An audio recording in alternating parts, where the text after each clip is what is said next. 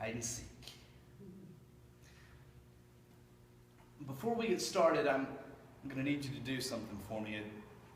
It might be a little bit awkward, but trust me, I need you to do this, and then we'll get into the story itself. But first, I need you to close your eyes. Everyone, please. Everyone. Yeah, that's what I thought. Okay, yeah, y'all can open them up. That's good. That's what I thought. Y'all don't understand what just happened yet, do you? Oh, that's okay. You will in a minute. You'll get there. Anyway, this story starts in my childhood. And in years, I'm willing to bet. Because in our childhood, we all knew a secret. Something that we've lost as we've grown older. Well, I mean, most of us have it. The truck drivers still seem to understand it. How they were the ones that keep this vestige of truth, I'm not sure. But anyway, the rest of us have lost it along the way.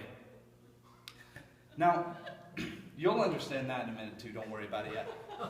Just trust me. Now, I mentioned that this story happened in my childhood.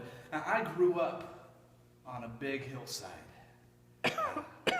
My grandparents had gotten a lot of land in the 70s and kind of portioned it off to their kids. And so there was a bunch of us, 11 kids in fact, growing up together. You've heard about Jason. Jason's the one that I arm wrestled the bear with.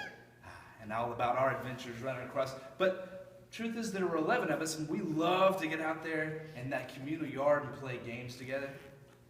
Not just the kids, though. The whole family. We all loved to get out there. You know, we had a big picnic shelter, and we'd go out and grill some burgers and hot dogs, and we'd be playing games like croquet. Now, I mentioned that I grew up on a hill, didn't I? Now, that croquet court was interesting because you hit your ball, and you better hit it just right, or you might be chasing it for a couple of hours.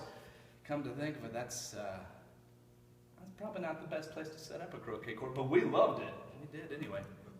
We'd play horseshoes, and we'd get out there and we'd be tossing, and I learned from my grandfather, who was a champion horseshoe tosser.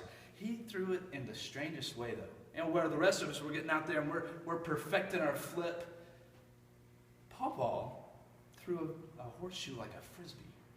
He would stand sideways, and he would toss it sideways like a frisbee. But regardless of his style, he was a champion. He tossed ringer on ringer on ringer. I actually beat him for the first time this last summer, though. Kind of a big moment in my life. Anyway, as the day progressed and we started getting on toward dusk, the kids, we switched to a different game. We loved to play hide and seek. Now, this is where that critical vestige of truth that we have lost comes back into play. Because everybody knows that the secret to a good hiding space and hide and seek is, if I can't see you, you can't see me. That's right.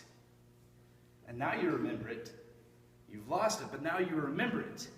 Now, that's the one that the truck drivers have held on to, because I can tell you, every truck I pass on the road has got that sign plastered on the back. If I can't see you, you can't see me. They still got it, but the rest of us. Anyway, so we were playing hide and seek one night, and I was concealed cleverly behind a patch of leaves way up in a tree. That was my favorite hiding space. I was a little monkey.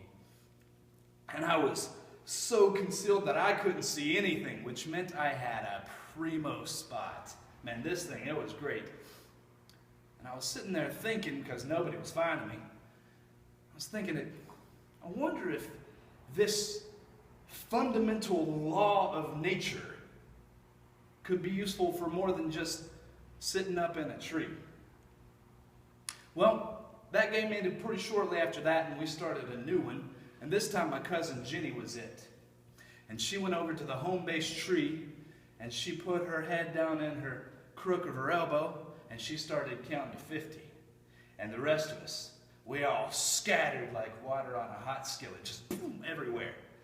And I ran like everyone else, but as we dispersed, I decided that this was when I was going to test my hypothesis.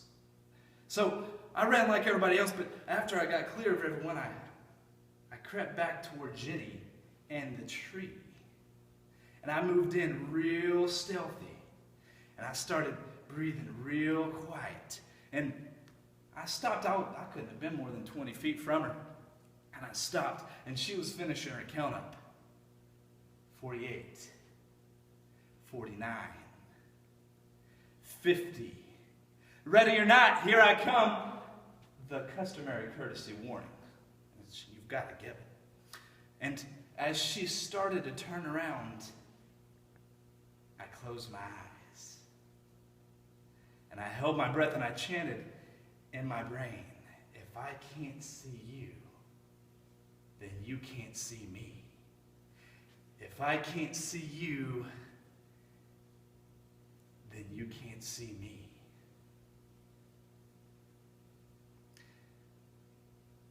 And I was right. Because Jenny